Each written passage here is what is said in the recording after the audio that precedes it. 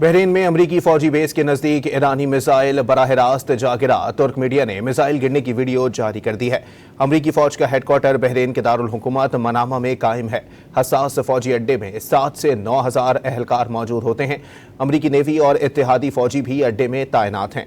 आपको अपडेट कर रहे हैं इस हवाले से कि बहरीन में अमरीकी फौजी बेस के नजदीक ईरानी मिसाइल बराह रास्त जा गिरा। तुर्क मीडिया के मुताबिक मिसाइल गिरने की वीडियो भी जारी कर दी गई है।